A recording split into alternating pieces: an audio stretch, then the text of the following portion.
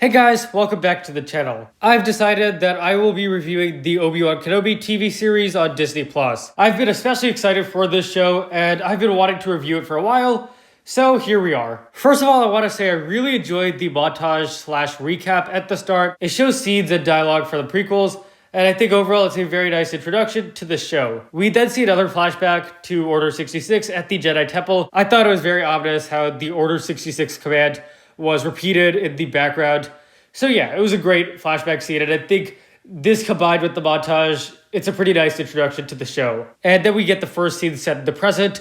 The Inquisitors have come to Tatooine to find a Jedi, and of course there's some criticism about the Inquisitors. I think a lot of people were kind of clouding on the Grand Inquisitor's design, which I'll admit is a little goofy. I do think, however, he looks better than he did in the trailer. It feels like his eyes are appearing more yellow here than they did in the trailer. In this scene, we're also introduced to Reva, the third sister, one of the main characters of this show. And so far, I think in this episode, her introduction is pretty strong.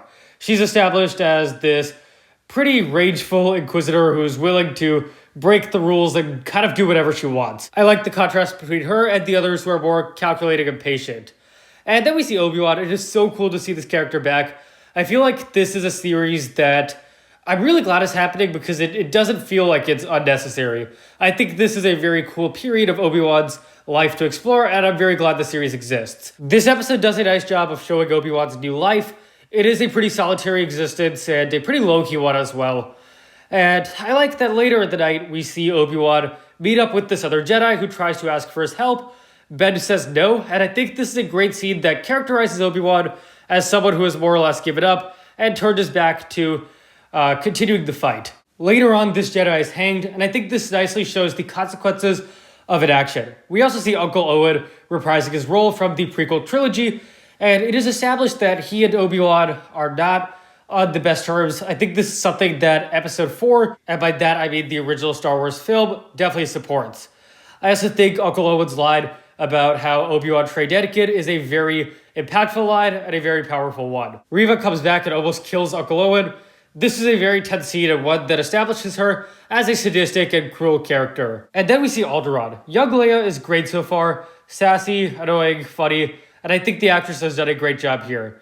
I also like that we get to see Bail Organa back, reprising his role from Rogue One and the prequels. In this episode, Leia is very much like her parents and what we saw of them in past Star Wars media, and I think that kind of continuity is great. Overall, I really like the characterization in this episode. And then we see this chase scene where Reva's bounty hunters try to capture her.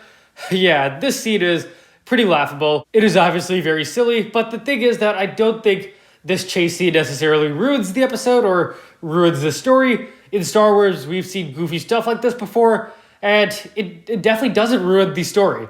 So I can definitely excuse this. After Bail confronts him on Tatooine, we see Obi-Wan go into the desert, and he unburies his lightsaber, which has been buried with Anakin's as well. Pretty emotional scene, especially I think this idea that his relationship with Anakin, his friendship, is more or less buried or gone. And then in the final scenes, we see Obi-Wan depart Tatooine to go and rescue Leia. Overall, great episode. I'm going to give this one a 9.5 out of 10. So far, this series is, at least from its first episode, it is way better than the past Star Wars Disney Plus series. And episode 2 and 3, definitely continuing that path, and I'll review them soon. Thank you so much for watching, guys. If you enjoyed, please leave a like, subscribe, share with anyone and everyone you know. If you watched them, share your thought on part 1 of Obi-Wan Kenobi, and I'll see you guys next time.